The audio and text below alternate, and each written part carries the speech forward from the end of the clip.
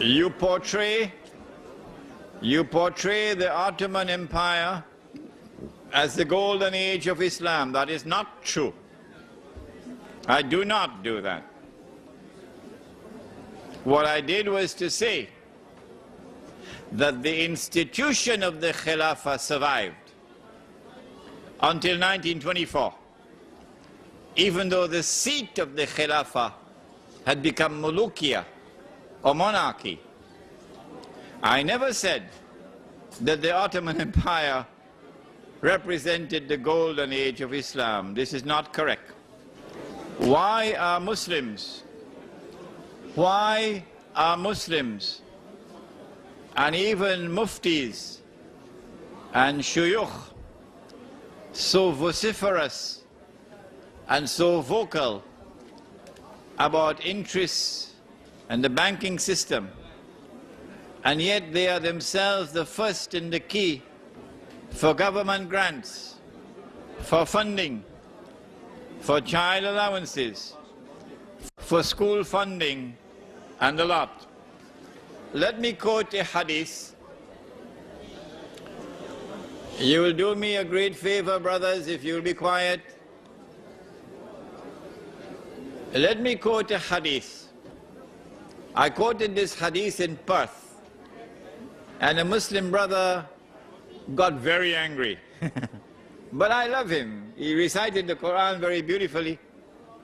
He got up and he went after me with very powerful language in Perth. Listen to the hadith. It is in the Sunan of Tirmizi. The question is, why are some ulama behaving in this way? It is in the Sunan of Tirmizi.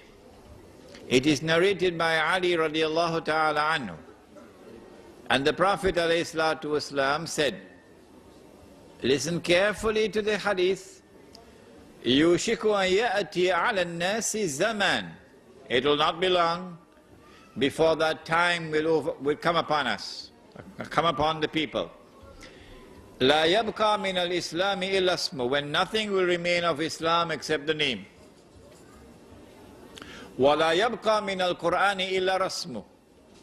And when nothing will remain of the Quran now except the traces of the writing, namely the guidance which is in the Quran is no longer applied in society. People are not bothering about it.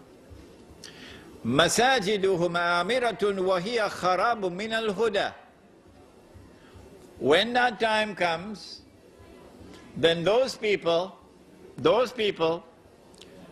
amongst whom nothing now remains of Islam except the name, their masajid would be 5-star. You know what's a 5-star masjid? But totally devoid of guidance. Those people. Not all. Ulama'uhum. Their ulama. Not all the ulama. Their ulama. عُلَمَاؤُهُمْ شَرُّ النَّاسِ مِمَّنْ تَحْتَ أَدِيمِ السَّمَاءِ. Their ulama would be the worst people beneath the sky. مِنْ عِنْدِهِمْ تَخْرُجُ الْفِتْنَةِ وَفِيهِمْ تَعُودُ. They will be the centers of fitna, a test and a trial for a people, corrupting the people. And so, if you share with me the belief which I have, that we are living in that age today, it is now absolutely imperative for us to seek to make a distinction between those who are the true ulama and those who are now the worst people beneath the sky. Islamic banking systems and projects seem to fail in Pakistan, South Africa, elsewhere. Even the Saudis are now borrowing from the IMF. Is there no way for Muslim billionaires, princes and sultans to bring the true Islamic banking to the masses? I have already spoken on this subject. The Prophet ﷺ prophesied that we would follow those who came before us, step by step.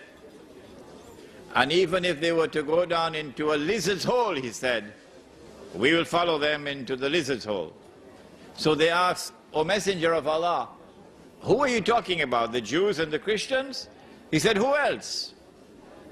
The Jews, long before this, established this banking system, which today we call Islamic banking. What the Islamic banks are doing around the world is lending money on interest and disguising it as a sale. Yes, I have explained in other lectures how this so-called murabaha operates. I don't think it's necessary for me to repeat it here tonight.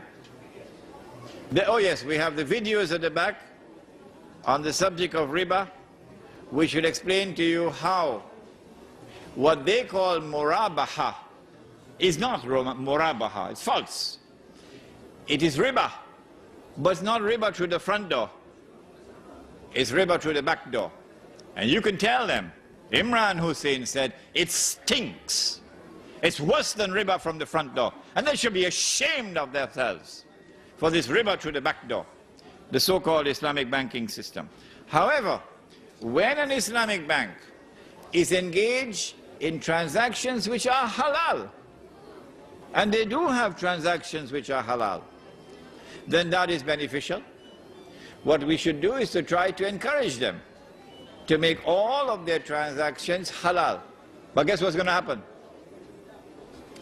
If an Islamic bank removes all the haram transactions and becomes totally halal, they will destroy it.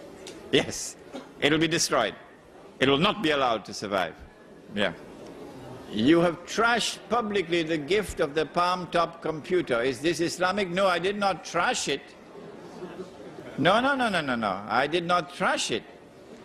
I said if something is not of use to you, it has no utility for you, it is better to use that money, those resources that Allah has provided for you, use it in a manner which is productive.